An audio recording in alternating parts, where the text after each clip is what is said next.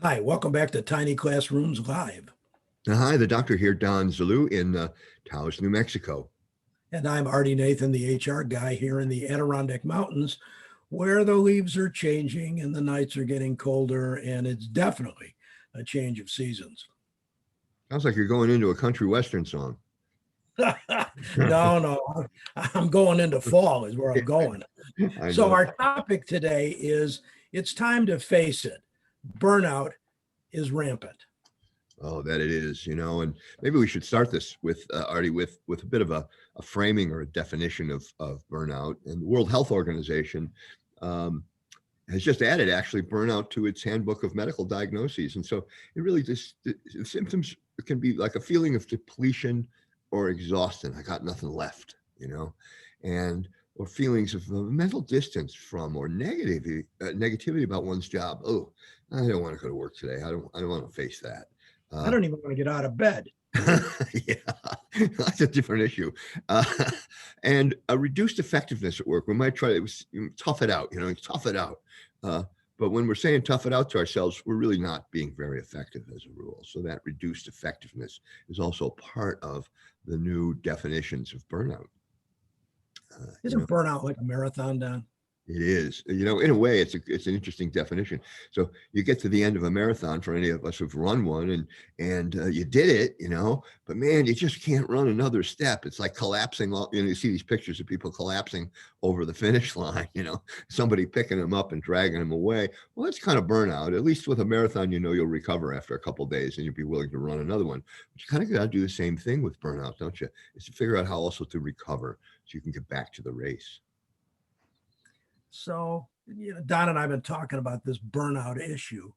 And as people continue to work from home, and most of the people working from home are knowledge workers, they're not assembly line workers who can't work from home, but the knowledge workers are day and night on their computers. And frankly, knowledge work and burnout are incompatible because brain power is the primary tool of knowledge workers. And when you get confused and dazed, like the definition says, exhausted and distancing from your work and your job and being negative about it, it's really hard to focus. It's really hard to make sure that you're doing what you need to do while you're home so that the work gets done effectively.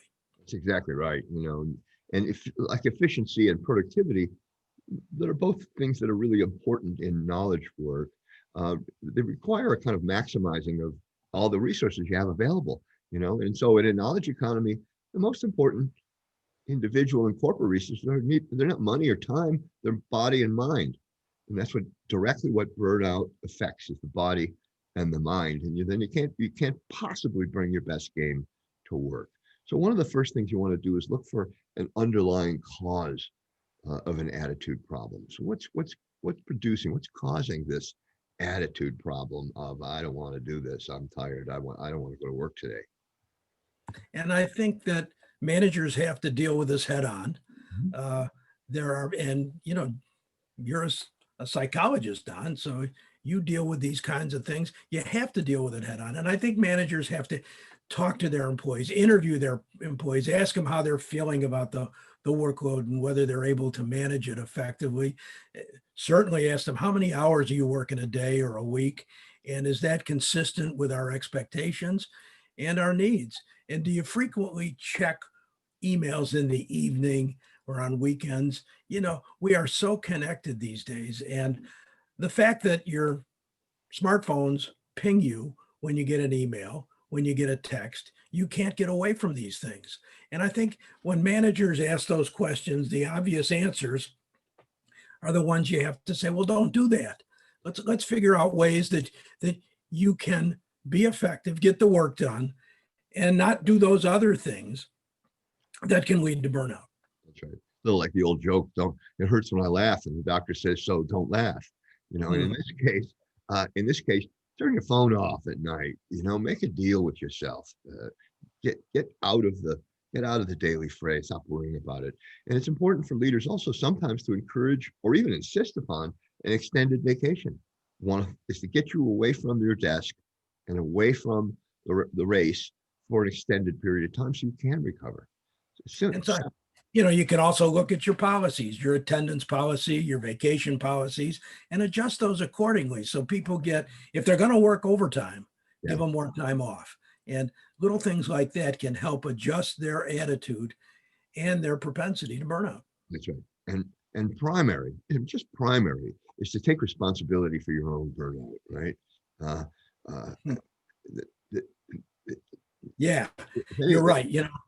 go ahead. It's funny you mentioned that because 20 years ago, I was a workaholic and I burned out and I got depressed. And my boss ended up giving me a couple months off to straighten my head out and get back in the game. And it forced me to take responsibility for my burnout, for my depression, and for my inability to get the job done effectively. Yeah, and that's very critical. And so, real simple, if we use the symptoms that we talked about at the beginning of our little section here, defined by the World Health Organization, ask yourself honestly, are you burned out or are you headed there? And if you are, what are you doing about it? Take responsibility, answer the questions, and then you can come to grips with it. And Oh, we take responsibility for these Tiny Classroom live presentations. We're sorry we missed a week last week, but we were faced with Zoom issues that we couldn't figure out, but worked our way through. So we're back, and we're rested, and we're willing to go for another couple of months. oh, good. So watch for the next one, and thank you for being here today.